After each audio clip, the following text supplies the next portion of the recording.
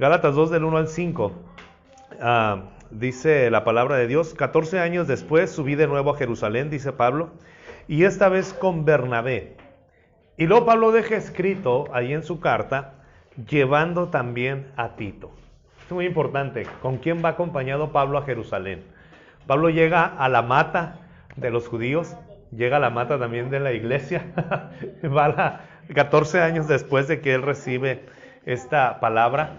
Fíjense, es curioso, cuando Pablo tiene este encuentro con el Señor Jesús de lo que hablábamos antes, y decíamos que todas las experiencias, pasadas, presentes y futuras, la tenemos que ver nosotros como una herramienta para recibir el Evangelio y para compartir el Evangelio.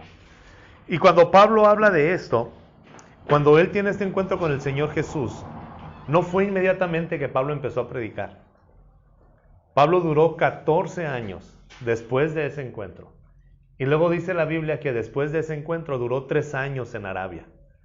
O sea, no fue algo inmediatamente. A veces nosotros pensamos es que se me está yendo el tiempo, se me están pasando los momentos y lo que Dios me ha dicho que yo haga, la forma, la manera, lo que Dios quiere que yo comparta, a lo mejor ya no lo estoy haciendo. Yo recuerdo mucho tiempo, viví con una carga bien pesada, que en algún momento en alguna convención o en una conferencia alguien nos contó una historia, en esa urgencia de que hiciéramos las cosas que Dios quiere que hagamos. Que Dios llamó a una niña cuando tenía 13 años y Dios le dijo: yo quiero que tú prediques a las naciones. Y esta jovencita pues no se fue a predicar a las naciones. Pasó el tiempo, ella dijo: primero me quiero casar y luego ya después quiero tener nietos. Y el caso es que se le fue toda la vida, y cuando tenía como 60 años llegó un profeta al estilo del Antiguo Testamento y directamente a su casa le tocó la puerta y le dijo: dice el Señor que por culpa tuya hay miles de almas en el infierno porque nunca les predicaste. Y ahí en ese momento la mujer cayó muerta por el impacto de nunca haber hecho las cosas. Y yo crecí así. Y yo decía: tengo que hacer las cosas que Dios me dice porque no quiero que en algún momento alguien venga y me diga esto. Y lo triste es que muchas generaciones crecen así. Yo creo que no debemos de dejar pasar mucho tiempo cuando Dios nos dice que hagamos algo. Pero cuando Dios ungió a David como rey de Israel, no fue de un día para otro cuando David fue rey. Pasaron aproximadamente 17 años, 18 años, para que David fuera el rey de Israel. Y cuando Dios llama a Pablo y pasa este encuentro y sucede el llamamiento, en una ocasión estaban reunidos la iglesia, así como estamos en este momento nosotros, estaban adorando al Señor, estaban en ayuno, estaban en búsqueda, y el Espíritu Santo dijo: apártenme a Saulo y a Bernabé para la obra que yo les he llamado. Y después de que ellos recibieron este mensaje, ayunaron y oraron otra vez para confirmar si ya era el tiempo. Y entonces se fueron a hacerlo. Cuando ellos se fueron y cumplieron, Pablo les está explicando a los Gálatas, pasaron 14 años. Pasaron 14 años, dice Pablo, para yo empezar esto. Y subí a Jerusalén porque a través de una revelación Dios me dijo que llegara a Jerusalén. Pero no fui solo, me llevé a Bernabé. Si recuerdan, Bernabé fue la cuña que Dios usó para que Pablo pudiera encajar en la iglesia, porque todo el mundo le tenía miedo a Pablo. Pero también se llevó a Tito. Y cuando él llega, yo lo que les quiero decir con esto es que todos los que estamos en este lugar hemos recibido un llamado de parte de Dios, todos, chiquitos y grandes. Todos hemos recibido una promesa de parte de Dios. Y quizá pudiéramos estar pensando en este momento: se me fueron los años, se me fue el tiempo, se me está yendo la vida y no he hecho nada por Dios. Pero hoy tú puedes tomar la decisión de hacer algo por Dios, y las experiencias que has tenido, los años que has adquirido y todo lo que Dios te ha dado, te ha capacitado, lo puedes emplear desde ya. Desde ya. Imagínense estos pequeñitos adolescentes y jóvenes que tenemos aquí, qué bella congregación tenemos, empezar a hacer algo por Dios. Pero también estoy seguro que en su momento van a brillar en donde Dios quiere que lo hagan. Lo están haciendo. De hecho, ustedes están cumpliendo su llamado. Ustedes están ejerciendo su ministerio. Ahí donde están. En donde estamos lo estamos haciendo. Cuando vamos al supermercado, cuando estamos platicando con nuestros vecinos, cuando venimos en el camión, cuando estamos en donde la gente nos rodea, la gente está viendo a Cristo a través de nosotros. Pero ya en un ministerio específico como el de Pablo, el Señor también nos está capacitando y nos está preparando para esto. Solamente quise sembrarles esta semilla de esperanza y de alegría, Vamos a cumplir con lo que Dios nos ha dado. ¿Lo pueden creer? Entonces Pablo dice, después de 14 años subí, fui en obediencia, dice el versículo 2, a una revelación y me reuní en privado con los que eran reconocidos como dirigentes y les expliqué el evangelio que predico entre los gentiles para que todo mi esfuerzo no fuera en vano. Pablo les explicó a todos ellos lo que estaba enseñando, lo que estaba predicando, lo que estaba ejerciendo. Pero la clave está en el versículo 3. Ahora bien, dice Pablo, ni siquiera Tito, que me acompañaba, fue obligado a circuncidarse, aunque él era griego. O sea, ni siquiera Tito, dice Pablo, ni siquiera Tito fue obligado a circuncidarse. No era necesario que él se circuncidara. Los invito ahora a Marcos capítulo 7. ¿Por qué Pablo está hablando de esta manera? Porque los judaizantes decían que todos los que creían en Cristo tenían que ser circuncidados. Y tenían que guardar el sábado, y tenían que dejar de comer camarones y callo de hacha, y tenían que dejar de comer ceviche, y tenían que dejar de comer todas las carnitas y chicharrones que comimos el domingo pasado. O sea, tenían que dejar de comer todo esto si querían ser salvos. O sea, te voy a agregar algo más. Sí, Cristo es suficiente. ¿Tú crees que Cristo te salvó? Sí, bueno, pero ahora te falta hacer esto. Y dice Pablo, yo me fui con los dirigentes y platiqué con ellos y les expuse el evangelio que yo creí recibir en esta revelación directamente de Jesucristo. Y ellos me dieron la mano en señal de compañerismo y me dijeron, adelante Pablo, porque no quería correr en vano. Dice Pablo, porque no quería hacer las cosas de oquis, no quería invertir toda mi vida en la predicación de este evangelio y después darme cuenta y pensar, hey, no era como lo debía haber hecho, sino que realmente es de esta forma. Ahora, ¿quién es Jesús? Hemos estado hablando de Jesús. Marcos capítulo 7, del 14 al 22, nos habla la Biblia que un día llegaron los fariseos, o llegaron los judíos, los discípulos de Cristo, llegaron a una fiesta, se sentaron a comer a la mesa. Y cuando se sentaron a comer, como los discípulos traían mucha hambre y era pizza lo que les iban a dar, se sentaron rápido y ni tiempo tenían de lavarse las manos. Empezaron a comer así. ¿Y saben qué dijeron los judíos? Los maestros de la ley, los fariseos, voltearon y dijeron, Tamara, no te lavaste las manos para comer. No te vas a ir al cielo. Ni la Jana tampoco, ni Benjamín, ni Julián. Mira, los discípulos de Jesús no se están lavando las manos. ¿Cómo puedes decir que eres el Mesías si tus discípulos no se lavan las manos para comer? Ni siquiera guardan la tradición de los ancianos. Y dice Marcos, que yo creo que venía la comitiva, dice Marcos, porque los fariseos se aferran tanto a las tradiciones de los judíos, que si alguien no se lava las manos cuando va a comer, o no lavan los vasos en los que van a tomar, ni los jarrones en donde está el agua, mejor no comen y mejor no disfrutan el momento con las personas. Y en el versículo 8 Jesús dice, qué bonita manera tienen ustedes de invalidar la palabra de Dios por cumplir las tradiciones de los ancianos o de las tradiciones que ustedes inventan. Sin embargo, los judíos vivían contentos. Era la herencia. Quisiera hablar a favor a los maestros judaizantes. Eran herencias de años en donde ellos estaban viviendo bajo tradiciones y costumbres muy meticulosas.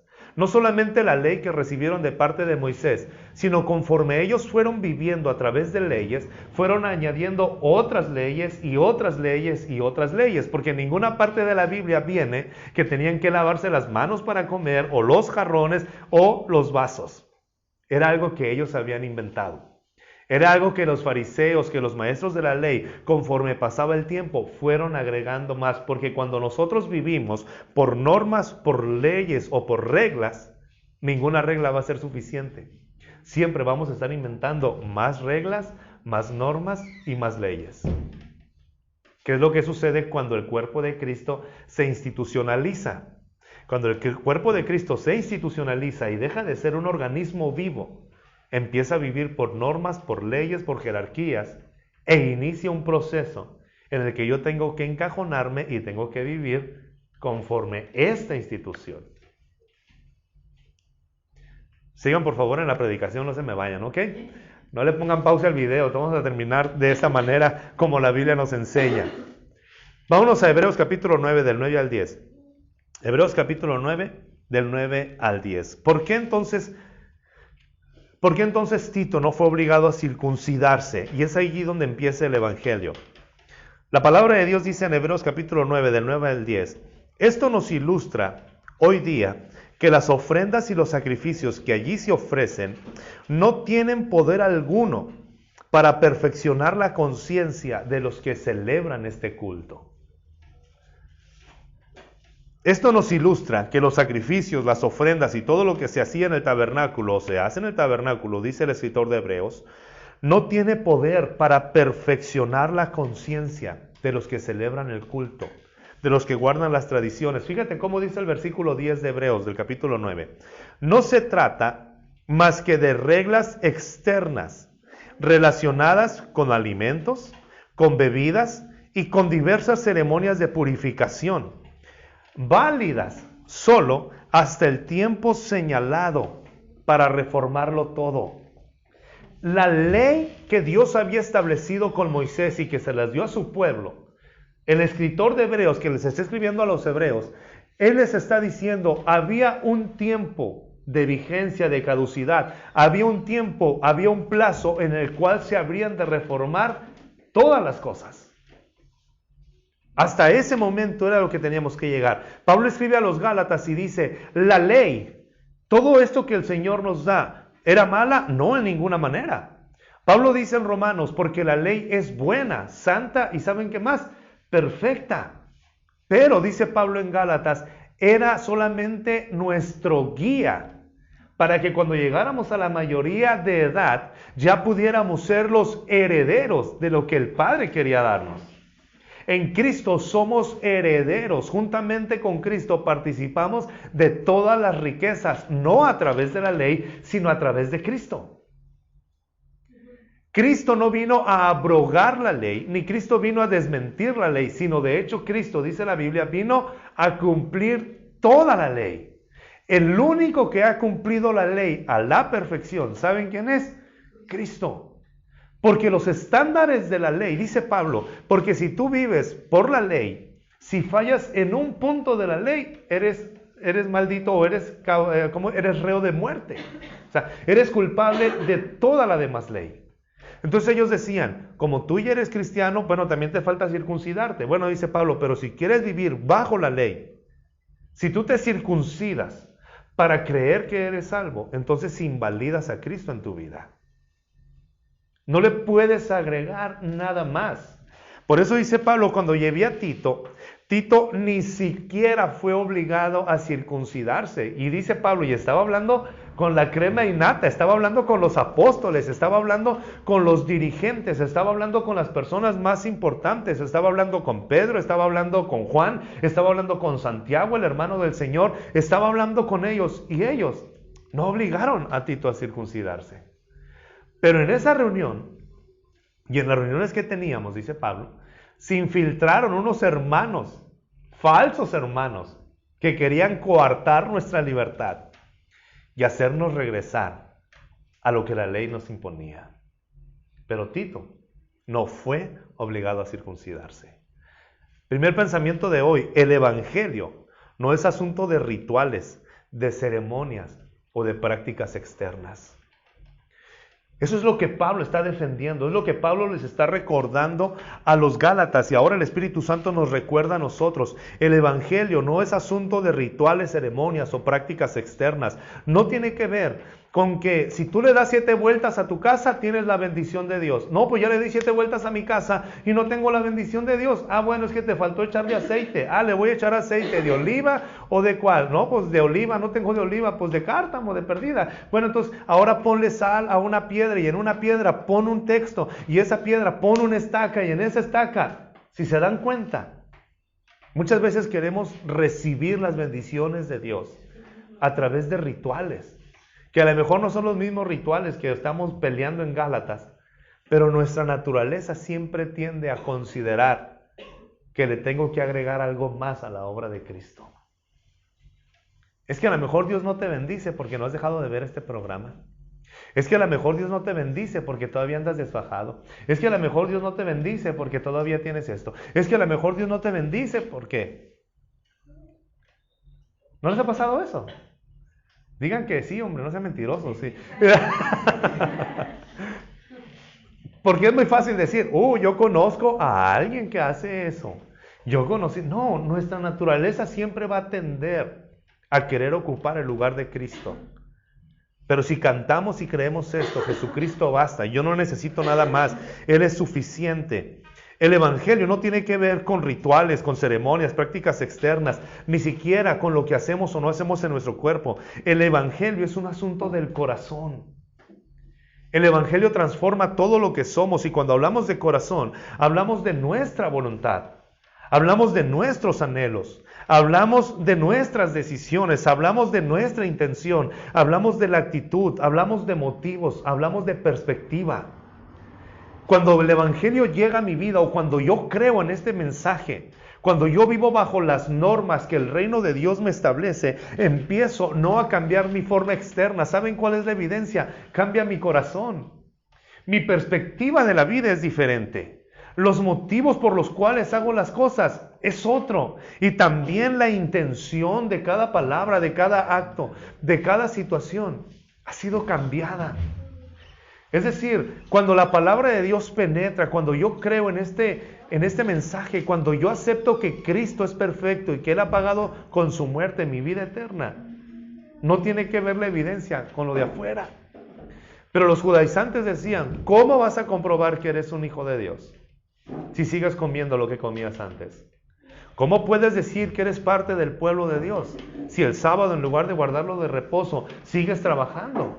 ¿Por qué si muchas veces nosotros pensamos que lo que necesitamos hacer es hacer nuestra vida más complicada, y que entre más suframos, más le agradamos a Dios?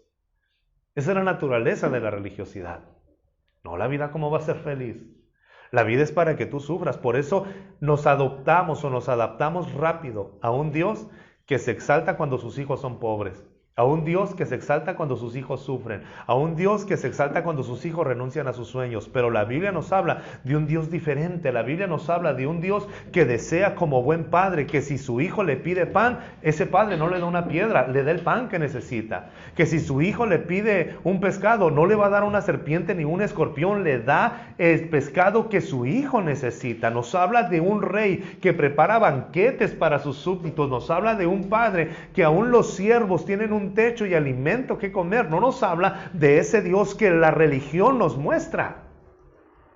Pero como mi naturaleza le gusta que le aplaudan, la autoconmiseración, el autosacrificio y el yo negar los lujos me hace pensar que yo soy un verdadero hijo de Dios. Pero al final de cuentas es mi carne, mi naturaleza pecaminosa, que está diciendo, como tú vas a sufrir tanto, que te aplaudan, y hazlo en el nombre de Dios.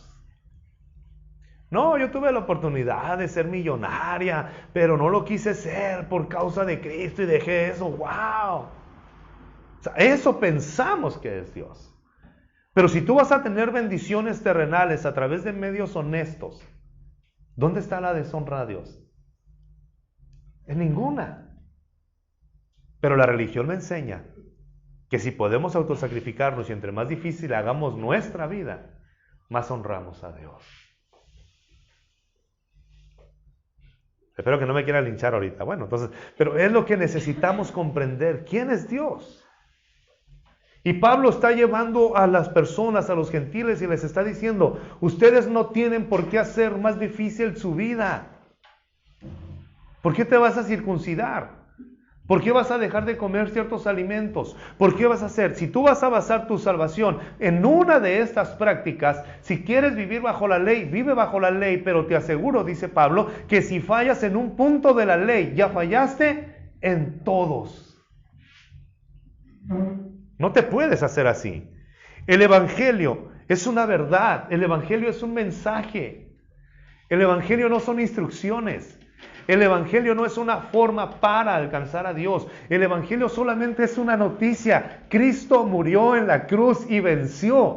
Cristo ya está gobernando en tu vida. Cuando tú crees en Él, Cristo ya pagó todo lo que tú necesitabas. Él ya ha tomado tu lugar. Dios lo trató como pecador para tratarte a ti como justo. Ya no hay nada más que agregarle. Ya no puedes ponerle algo más, el Evangelio. A veces pensamos nosotros, es que yo quiero vivir por el Evangelio y automáticamente pensamos, ¿qué dice el Evangelio? El Evangelio no son instrucciones. El Evangelio simplemente es una verdad. El Evangelio es un mensaje.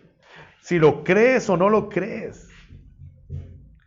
Número 4, Tito era griego y era salvo. Y esto no lo podían aceptar los judaizantes. O sea, Tito era griego y era salvo. ¿Cómo va a ser salvo? ¿Cómo va a ser salvo si no se ha circuncidado? ¿Cómo va a ser salvo si no ha guardado la ley que nosotros hemos guardado? ¿Cómo va a ser salvo si nosotros hemos vivido todo este tiempo de esta manera? ¿Cómo va a ser salvo? O sea, no podían aceptar esto. Pero en cierta medida es algo que nosotros, si no entendemos el Evangelio, vamos a pensar y vamos a creer que tenemos que llenar ciertos requisitos. Ciertos requisitos, va a caer. Tenemos que llenar ciertos requisitos para poder lograr nuestra salvación. ¿Cómo es que nosotros pudiéramos tener la salvación? Miren, esta es la verdad del Evangelio. Esto es todo lo que nosotros necesitamos conocer, creer y entender. El Evangelio es una verdad. Es una afirmación. Es un conjunto de declaraciones. Ahora sí me gustaría que tomaran nota bien de esto. Que no les distraiga nada, recuerden que... Tomen nota de esto. El Evangelio es una serie de afirmaciones. Y una de las afirmaciones del Evangelio dice que nosotros somos pecadores y no podemos rescatarnos por nosotros mismos. O sea, el Evangelio no es todos los hombres son buenos y pueden salvarse con buenas acciones. El Evangelio es todos somos culpables de pecado, pero Cristo ha venido a rescatarnos.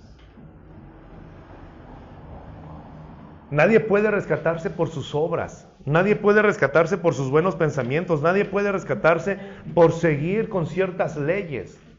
De hecho, es lo que acabamos de leer en Hebreos 9:9. La ley, dice la palabra de Dios, los rituales y todas las cosas que se hacían no eran suficientes para limpiar la conciencia de aquellos que practicaban ese culto. No podía. O sea, el guardar el sábado, el hacer todas las cosas no purificaba la conciencia. Timothy Keller dice, una de las razones por las cuales la ley fue puesta fue para mostrarnos que ningún hombre tiene la capacidad de cumplirla a la perfección. Por eso se requería el sacrificio anual, semanal y diario, porque eras culpable constantemente. Pero cuando viene Cristo, y Él cumple toda la ley sin abrogar la ley, Él viene a cumplir la ley. Y nosotros creemos que esa justicia es puesta en nuestra vida y que esa obediencia es perfecta, entonces somos salvos. Pero ¿por qué le queremos agregar algo más? Esto los judaizantes no podían aceptar.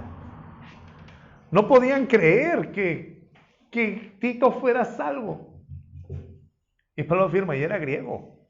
No era judío, era griego. Y no lo obligaron a circuncidarse. Ni siquiera él, que era mi colaborador y que lo iba a dejar encargado en la iglesia de Éfeso, ni siquiera él, dice, estaba obligado a circuncidarse, ni siquiera tocaron el punto. Cuando escucharon el Evangelio, ellos dijeron, esto es verdad. Cuando nosotros queremos imponer nuestra vida o nuestra forma de vida a otros, lo que yo quiero hacer es imponer mi justicia y no la de Cristo. Tenemos que comprender la mentalidad de los judaizantes. No tenían una mala intención, recuerden. Los judaizantes no tenían una mala intención, a lo menos al querer enseñar que la gente obedeciera la ley. De hecho, Pablo también enseñaba que se cumplieran los mandamientos. Pablo enseñaba, no robarás. Pablo enseñaba, no tendrás dioses ajenos. Pablo dice, esto yo también lo enseño. Solamente hay una diferencia, que los judaizantes querían y enseñaban la ley como medio de salvación.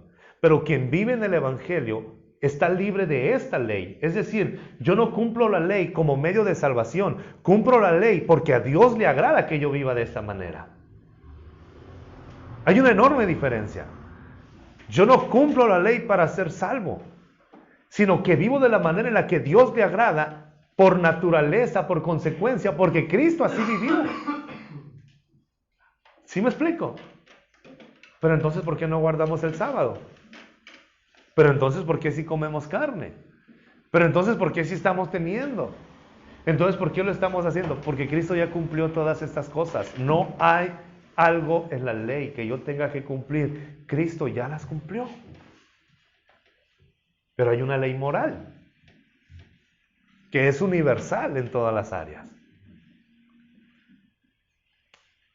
¿Sí están aquí? Pero cuando yo quiero imponer mi vida, cuando yo quiero imponer mi estilo de vida a otra persona, que era lo que estaban haciendo los judaizantes, como yo cumplí la ley, tú también tienes que cumplirla. Como yo guardé el sábado, es como esa actitud de decir, qué chiste. O sea, yo toda la vida me he abstenido de comer puerco, no he querido comer camarones, nunca he disfrutado una almeja, y ahora viene esta mujer que acepta a Cristo y come y hace todo lo que yo no hago, lo que yo me abstuve. No, pues que ellos también lo hagan. O sea, no era tanto la razón de vivir, era más como, ¿por qué otros sí y yo no? Por justicia propia. O sea, para mí no es justo. Es como decir en este tiempo, alguien dice, ahora sí los cristianos van al cine, pero yo no fui. Ahora sí los cristianos juegan béisbol y yo no jugué. No, pues ahora todos coludos, todos rabones. Queremos imponer nuestra vida, y cuando imponemos nuestra vida a otra gente, no estamos platicando, no estamos compartiendo la justicia de Cristo, estamos impartiendo nuestra propia justicia, y no la justicia para ellos, sino que queremos que sea justicia para nosotros. Esto es lo que estaban haciendo los judaizantes. Los judaizantes estaban tratando de pelear su propia justicia. Es que para mí es injusto que ellos vivan así. Sin embargo, Pedro llega a una casa de un centurión romano llamado Cornelio, y cuando Pedro llega y les empieza a hablar del mensaje del evangelio, les habla de qué fue lo que hizo Jesús, en lo que ellos estaban hablando, ellos tenían un corazón bien dispuesto para recibir el mensaje. Dice la Biblia que mientras ellos estaban escuchando el mensaje, ni siquiera hubo una pregunta, ¿creen o no creen? Mientras ellos estaban escuchando el mensaje, el Espíritu Santo descendió y llenó a todos los que estaban en ese lugar. Y Pedro, sorprendido, juntamente con todo el grupo de judíos que iban con él, dijeron, si Dios no les ha negado el Espíritu Santo a estos gentiles, ¿por qué habríamos de negarles el bautismo entonces? Eso es lo que hace el Señor. Y Pedro entendió que no tenían que cumplir la ley, ni circuncidarse, ni guardar el sábado, ni hacer nada para recibir el don del Espíritu Santo. Y Pablo les escribe a los Gálatas en Gálatas 3 y les dice Pablo, ¿por qué ustedes empezaron corriendo bien y creyeron en la salvación de Cristo? Ahora lo que ustedes quieren es perfeccionarse a través de las obras de la carne. Y cuando habla de las obras de la carne, no está hablando de las borracheras, de las orgías, está hablando de la religiosidad, del legalismo, de la ley. Esto nos lleva a estas conclusiones. El Evangelio nos conduce a una libertad cultural. No hay ninguna cultura que te salve. No existe ninguna cultura que te salve. El Evangelio no nos invita a formar una cultura. El Evangelio nos invita a ser parte de un reino, del reino de los cielos. Y es peligroso cuando nosotros vemos a la iglesia como una cultura. Es peligroso cuando nosotros creemos que la iglesia se viste así, cuando vemos que la iglesia no va a tal lugar, cuando vemos que la iglesia escucha este tipo de música, cuando vemos que la iglesia se peina de esta manera, cuando vemos que la iglesia es así. Creamos una cultura. Y el Evangelio no nos ha llamado a formar una cultura. No, pues como el pastor se viste así, todos los hombres tenemos que vestirnos así. Y hay pastores que se la creen, que creen que los hombres tienen que vestirse como él. No, si la esposa del pastor se viste así, todas las mujeres se tienen que vestir así. Cuando yo creo que tengo que inventar una cultura. Ese es el peligro de la posmodernidad dentro de la iglesia. Vamos a hacer una cultura en la iglesia. Que los jóvenes anden de tal manera. Esta es la forma en la que la iglesia se debe de vestir. Esta es la forma, sea antigua o sea nueva. Si yo estoy creando una cultura en la iglesia, estoy fallando en predicar el evangelio. Porque en el evangelio hay libertad cultural. No, pues es que si no dices aleluya, si no dices Dios te bendiga, si no dices varón, si no dices varona, si no dices, no eres parte de esta cultura. Te vemos como raro. Es raro. Si no dices wow, si no dices genial, si no dices perfecto, si no dices inventen la palabra que quieran, no eres parte de la cultura. O sea, al tiro, si no dices de esa manera, miren, si el evangelio no nos habla a formar una cultura, el evangelio nos invita a formar parte de un reino, y el rey nos dice que en este reino entran buenos y malos, y en este reino todos son bienvenidos, yo no tengo que imponer la cultura de nada. Pero ¿qué es lo primero que cuando alguien escucha el mensaje, cuando alguien escucha el evangelio, lo primero que te preguntan no es ¿y qué debo de hacer para ser salvo? Lo primero que te preguntan es ¿y qué debo de cambiar? Y ahora que soy cristiano, ¿qué sigue? ¿A dónde debo de ir? ¿Cómo me debo de vestir? Y hay series de discipulados y hay series de libros de personas que tratan de encajonar y de decir, después de aceptar a Cristo, lo que sigue es esto. Tú vas a cualquier religión y en las religiones, ¿qué encuentras? Vas a una iglesia y en esa iglesia encuentras a un tipo de persona. Y todas andan vestidas de la misma manera. Y todos hablan de la misma forma. Y todos dicen las expresiones que todos los demás dicen. Porque cada religión establece una cultura. ¿Estamos aquí todavía? Ahora, ¿el evangelio nos llama a hacer una cultura? No. El evangelio nos habla que seremos utilizados con los dones, las capacidades y los talentos que Dios nos ha dado, y que lo que le da gloria a la iglesia y que lo que le da diversidad al cuerpo de Cristo es la variedad de personas. No somos un grupo homogéneo, somos un grupo heterogéneo. Somos un grupo diferente y cada quien Dios lo va a utilizar de maneras distintas. El hecho de pensar es que en la iglesia todos vamos parejos. No es cierto, no vamos parejos. Y Dios no se preocupa porque vayamos parejos. Vean los 12 apóstoles, ¿cómo eran? ¿Todos eran iguales? No. Cada quien era diferente y así Cristo usó a cada uno de manera diferente. No les cambió la actitud, no les cambió su personalidad, enriqueció su personalidad. El cuerpo de Cristo está conformado por personas diferentes, con diferentes tradiciones, con diferentes costumbres, con diferentes maneras de ver la vida. Y así somos, así Dios nos ama y así es la iglesia. Me encanta cómo Sanders hace una comparación de lo que es la iglesia y lo quiero compartir de la manera más clara. Pensemos que Dios es la luz. Él es la luz, Él dice la palabra de Dios, Él es la luz. ¿Qué es la iglesia? La iglesia es como un diamante. Y cuando la luz pega en este diamante, que somos nosotros la iglesia, se reflejan un prisma de colores completamente distintos. Cuando pega en el cristal, ese cristal emite diferentes luces, diferentes colores. Eso es el evangelio. No, todos uniformes. ¿Cómo deberíamos de vestirnos? No. En la comunidad del Rey jamás va a haber un uniforme. ¿Por qué? Porque creemos en lo que Dios nos está dando. Este es el evangelio. Hay una libertad cultural. Eso es lo que está diciendo Pablo cuando Tito llega. Y si los apóstoles, ellos hubieran dicho, bueno Tito, para ser salvo tienes que circuncidarte y conformarte a la cultura judía. Entonces, ni un nigeriano, ni un mexicano, ni un americano, ni un argentino pudiera ser salvo sin convertirse a la cultura judía.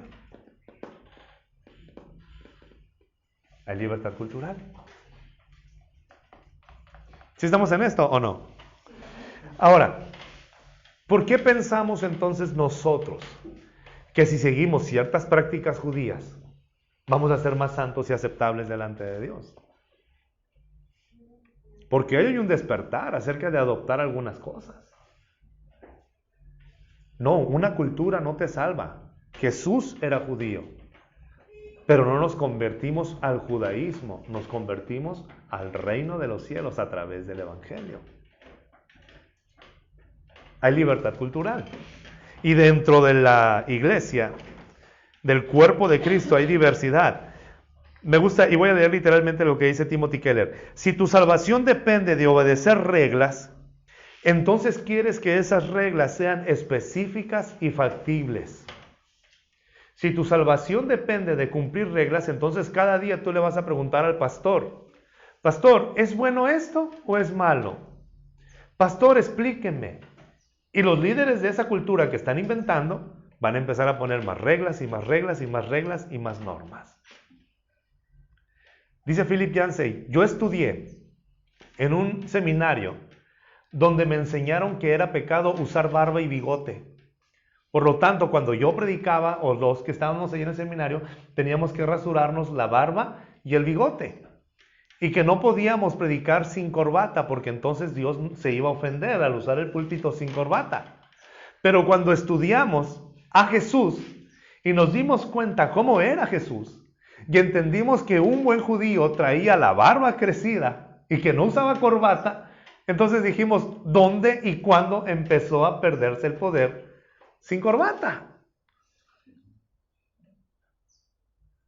Simplemente donde estamos reunidos, a veces todavía tenemos el estigma de pensar, es que realmente será iglesia. La iglesia no es un edificio, la iglesia no es un altar, la iglesia no es un púlpito, la iglesia es el cuerpo de Cristo, los que creemos que somos lavados con la sangre de Jesús. Nosotros somos la iglesia. Pero tenemos una cultura. Hey, si estamos aquí. O sea, me están durmiendo todos, no me van a caer ahorita todos. Ahora, elevar el decoro cultural, poner el decoro cultural al nivel de virtud espiritual, esto nos lleva a vivir esclavizados. ¿Y nos esclavizamos en qué sentido? Porque queremos ser culturalmente agradables y perfectos. ¿Qué quiere decir culturalmente agradable y perfecto? Perdón. Pues una forma de vestir que no ofenda a la cultura en la que vivimos. Pero esto nos esclaviza a tener actitudes intolerantes y prejuiciadas. Volteas y miras a alguien y dices, ¿cómo puede exaltar a Cristo este todo tatuado? ¿Por qué no se quita el tatuaje? Volteas y miras y dices, ¿se puso un piercing en la nariz? ¿Cómo viene a exaltar a Dios de esta manera? Volteas y miras y dices, ¿cómo se le ocurre entrar al sacrosanto templo con gorra y en tenis? Volteas y miras y dices, ¿cómo Volteas y miras y dices, ¿cómo este predicador sin camisa? Hey, o sea, tenemos que ver todo esto. Porque si nosotros vivimos creyendo que el Evangelio fomenta una cultura, cuando algo no es culturalmente agradable, rechazamos. Y el peligro de las denominaciones, y el peligro de las instituciones, y el peligro cuando la iglesia deja de ser el cuerpo de Cristo y se vuelve una institución, el peligro es que no hay la intención de anunciar a Cristo, hay la intención de proteger esa cultura. Y sea que sea un templo o la cultura que esté ahora, en un cine se está reuniendo, o en un teatro o en donde quiera, pero empiezas a caer en una cultura. Ya cuando la gente las empieza a saber y dices, ¿y por qué todos se visten igual ahora? Porque ya estás creando una cultura. Hello. O sea, estás creando una cultura, aunque sea nueva, pero si es cultura, estás dejando de anunciar el evangelio, estás defendiendo una cultura. No hay novedad. Te mueves de entorno, cambias de lugar, pero sigues en el mismo vicio de crear culturas. Si no eres igual a nosotros, no eres bienvenido. Es que este servicio se está adaptando a esta cultura. ¿Y qué pasa con las demás culturas? Y el evangelio es: tú eres parte de un reino. No importa cómo te vistas, cómo vivas, qué comes o qué no comes. Tu cultura no la voy a tocar. Esa es tu forma de ser. Si hay algo que tienes que cambiar, el Espíritu Santo te va a cambiar. Pero no es esto. El evangelio es: Cristo es suficiente para que veas, conozcas y disfrutes la vida eterna y pertenezcas al reino. No cambiar de cultura. No es que no debes de ir al cine. Esa es tu cultura. Pero culturalmente hablando, hay familias que su momento de disfrutar es en el cine. Por eso la Biblia no habla de esto. Es que los deseos de los ojos y de la carne. ¿Y? ¿En tu casa no tienes tentaciones para ver? O sea, tenemos que ver todo esto. Es una libertad cultural. El evangelio nos da libertad cultural. Cada padre le enseña a sus hijos la cultura que quieren que tengan. Ahí tú lo debes hacer. Tú debes enseñar la cultura, darles valores a tus hijos, pero no encajones el evangelio en tu cultura. Es que como yo soy así, así debes de ser tú. No. No impongas tu cultura a otras personas. Predica el evangelio. ¿No se les hace muy curioso cuando ves a predicadores en África? ¿Cómo andan? Algunos andan con pura, ¿cómo se llama? Con puro taparrabos o sin camisa, y otros andan con sus tipo vestido o shorts, y las mujeres andan y todo. Pero ¿cómo distingues a los que son cristianos? A los que ya se bautizaron y a los que ya creen en Jesús. ¿Cómo andan? Con camisa, con corbata y con zapatos. Porque el problema, ¿cuál fue? El problema fue que quien fue a llevarles el evangelio, y no está mal en eso, pero no solamente llevaron el evangelio, llevaron una cultura. Y me encanta cómo dice el pastor John Piper. Dice Piper: no somos llamados a llevar la cultura de nosotros a otros países. El problema con los musulmanes, con los chinos y con todos ellos, no era que no quisieran escuchar el evangelio, era que no querían renunciar a su cultura. Y cuando llegó este Hudson a China, y que tenían años y años queriendo predicar el evangelio, y nadie podía predicar, nadie quería escuchar el evangelio por los misioneros ingleses que llegaban con corbata, con traje y los bigotes, porque así era como ellos escuchaban en el púlpito. Entonces cuando llega Hudson y empieza a predicar allá en China, lo primero que hizo fue llegar y pasar 6 meses, dejarse crecer los bigotes, dejarse crecer la barba, quitarse la camisa, quitarse la corbata, ponerse el vestido de los chinos, y entonces los chinos lo escucharon. ¿Por qué? Porque se dieron cuenta que él no venía a atacar su cultura, venía a darles un mensaje, una noticia. La forma en la cual se te presenta a Cristo cada domingo es la manera en la cual tú vas a querer presentar a Cristo todos los días.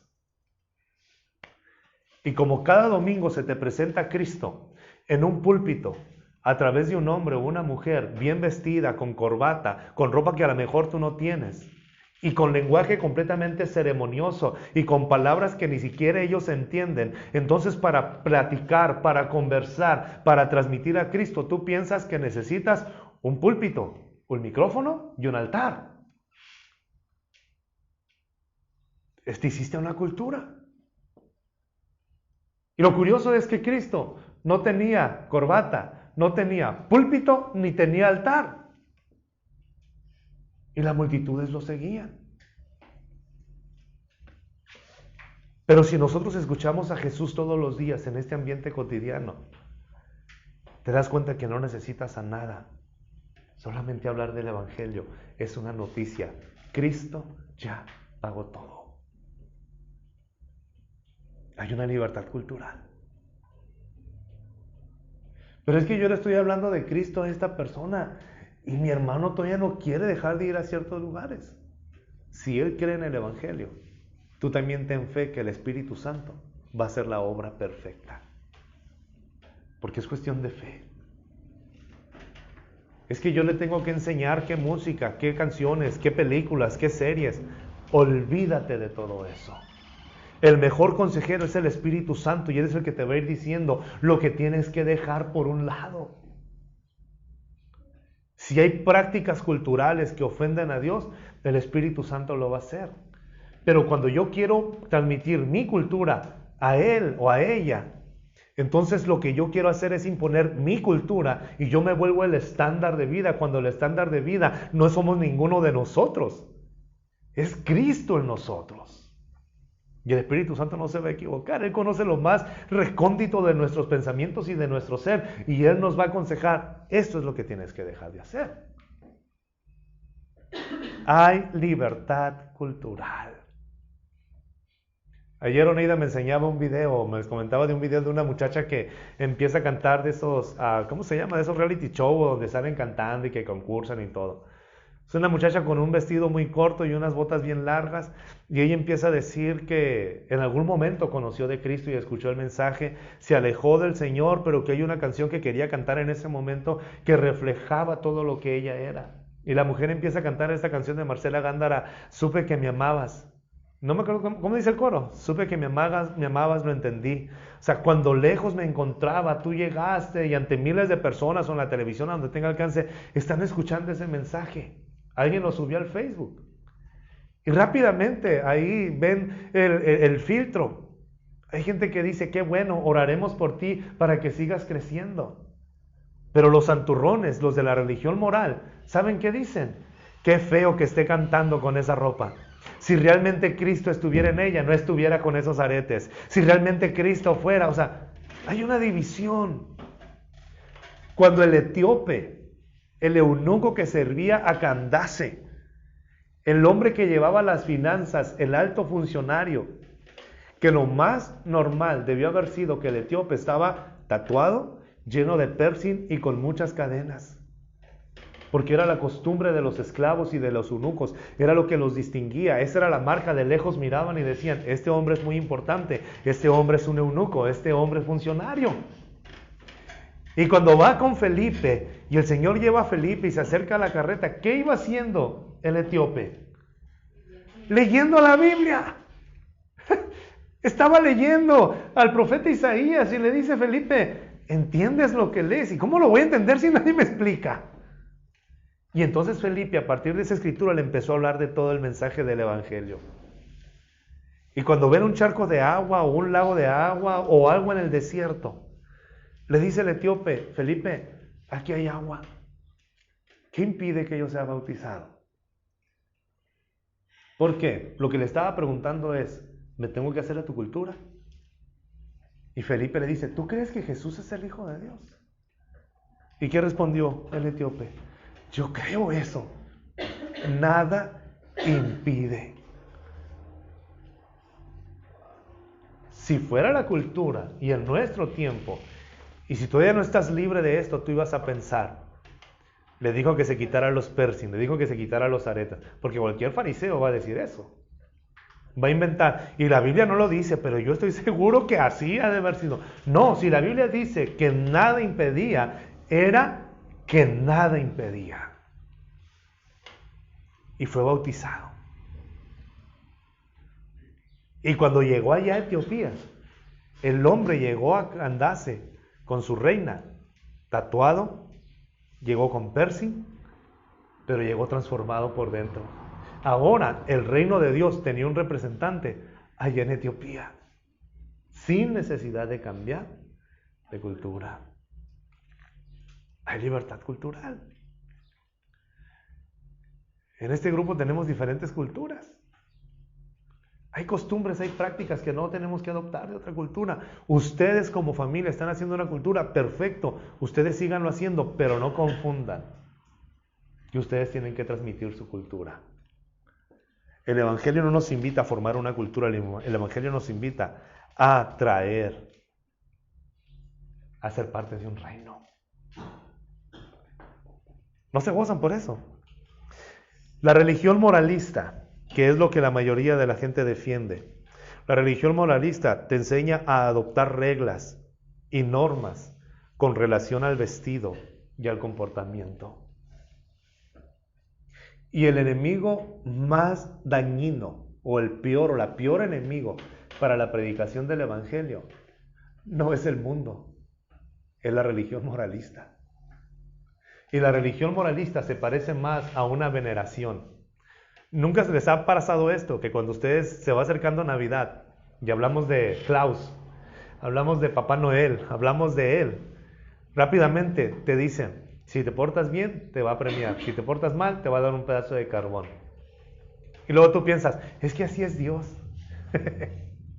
Y creemos que Claus es una forma en la cual podemos encontrar una imagen de Dios.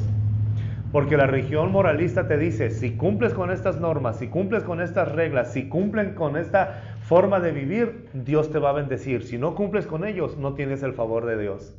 Y resulta que Pablo nos dice que cuando estábamos muertos en delitos y pecados, cuando nadie daba nada por nosotros, Cristo murió por nosotros. Es decir, en el momento peor de nuestra vida es cuando recibimos la muestra de amor más grande de parte de Dios.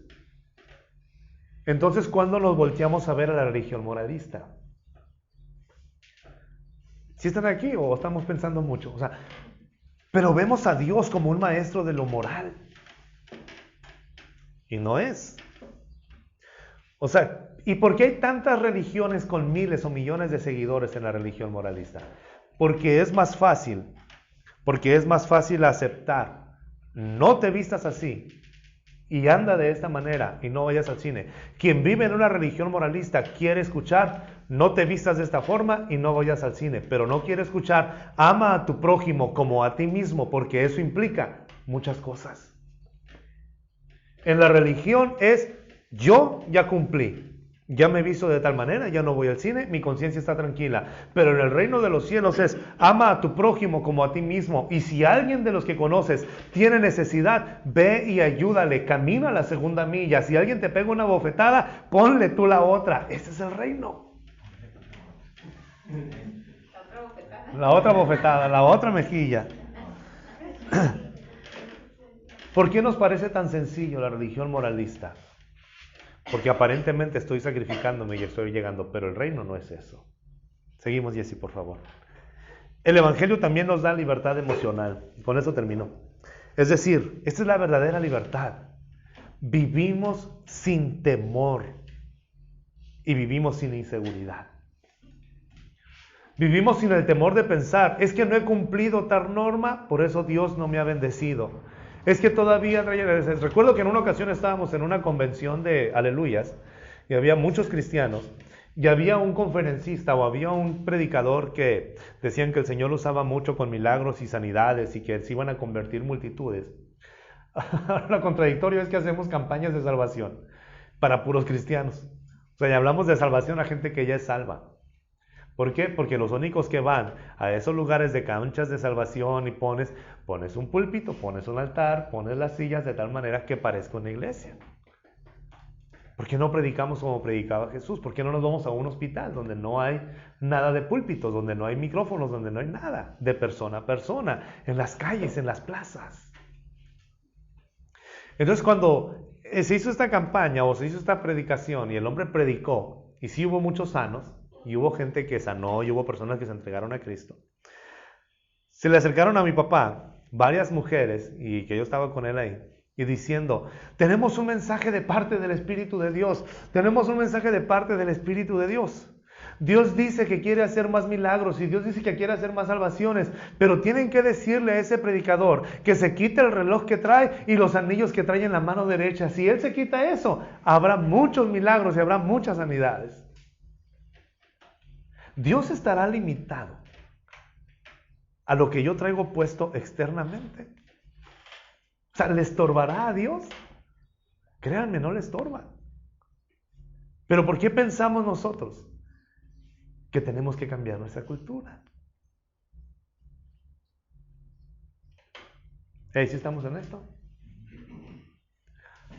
O sea, ¿qué es lo que tenemos que comprender? Hay libertad emocional. Yo ya no lleno ningún requisito. Cristo ha hecho todo.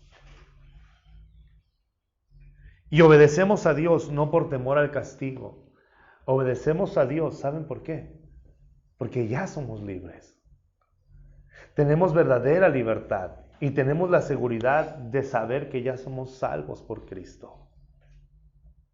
Hay una libertad emocional. Yo puedo cantar y puedo exaltar al Señor y podemos levantar nuestras manos con todo el agradecimiento porque Él ya nos salvó. Y sé que estoy en un proceso, como todos estamos. Sabemos que estamos en un proceso, que estamos siendo perfeccionados todos los días. Que todavía hay áreas en nuestro carácter, en nuestro pensamiento, en nuestra vida, que están siendo transformadas. Pero eso no quiere decir que estoy bajo condenación. Estoy bajo una libertad eterna y completa por la sangre de Cristo. Yo no puedo ser salvo por las leyes que cumpla. Ni tampoco voy a ser más perverso por las leyes que no cumpla. Yo no voy a ser más santo porque cambié de ropa, ni tampoco soy menos santo porque en algún momento estuve tatuado. Yo no puedo ser más santo porque nunca me he puesto un piercing como aquel que trae piercing y sigue adorando a Dios. Yo no puedo. Miren, este es el conflicto. Vemos a alguien y decimos, pero ¿verdad que algún día va a dejar de hacer eso? No sé. ¿Y si nunca dejara de hacerlo? La libertad emocional tiene que ver con que tú no eres igual que yo y Cristo nos ama a los dos por igual. Y un día, así como estamos adorando aquí en la tierra, vamos a estar adorando en el cielo, porque no se trata de lo que nosotros hacemos por Cristo, se trata de lo que Cristo hizo por nosotros. Eso es lo que nos salva. Y hasta que no veamos que hay libertad cultural a través del Evangelio, vamos a poder compartir el Evangelio con toda libertad. Oh, hermano, es que en aquella religión ahí sí les enseñan. ¿A qué les enseñan? A andar cómo se debe de vestir. ¿Y cómo se deben de vestir? Pues con santidad. ¿Y cómo es la santidad? Pues con este tipo de falda, con este tipo de peinado, con este tipo de arreglo. Esa no es la santidad. La santidad es lo que me da la libertad de acercarme al Padre y entrar con toda confianza al trono de su gracia, y no es la ropa. Lo único que me da acceso al trono de la gracia, donde yo puedo encontrar siempre el oportuno socorro, es la sangre de Cristo sobre mi vida. Y si yo voy a tu iglesia, si yo voy donde tú te reúnes, ¿cómo debo de ir? No hay una cultura, por Dios. Hay aspectos que el Señor va a transformar en tu vida, pero Él lo va a hacer, no nosotros.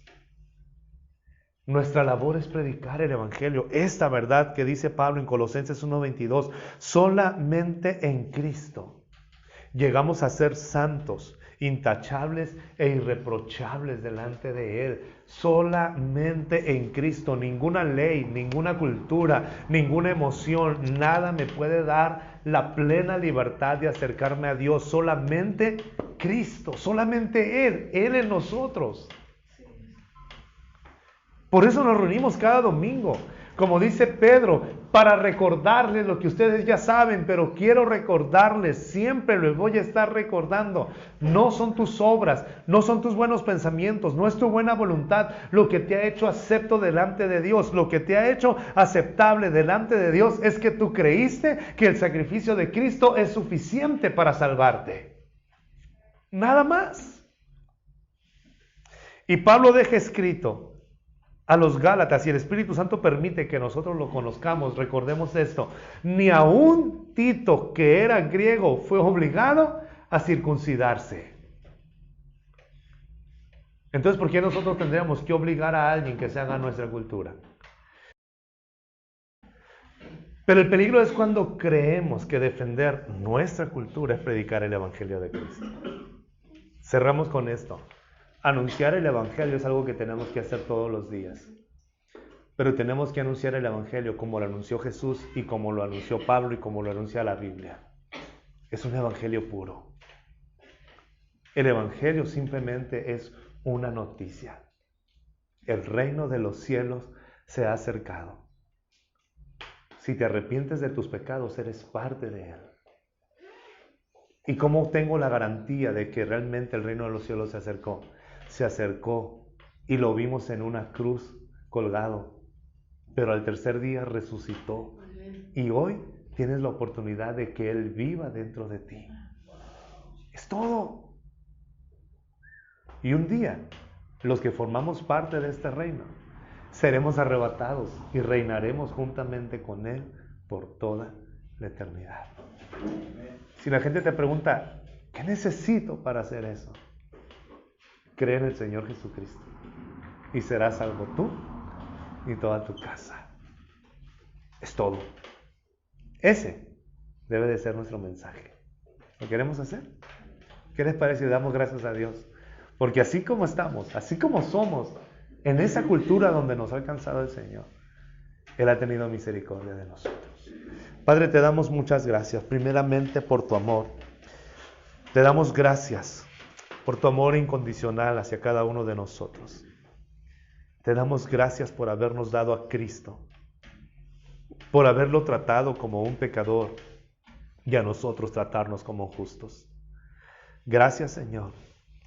Gracias, Jesús, por tu sacrificio en la cruz. Tú lo hiciste para satisfacer al Padre, para obedecerle a Él, para darle toda la honra. Y como consecuencia también nosotros somos salvos, Señor, al creer en ti. Te damos gracias, Jesús, por todo lo que haces en nosotros. Y te damos gracias, Espíritu Santo, porque día tras día tú estás perfeccionando esa obra en nuestro ser. Te entregamos nuestros temores, nuestras debilidades. Te entregamos, Señor, nuestra inseguridad.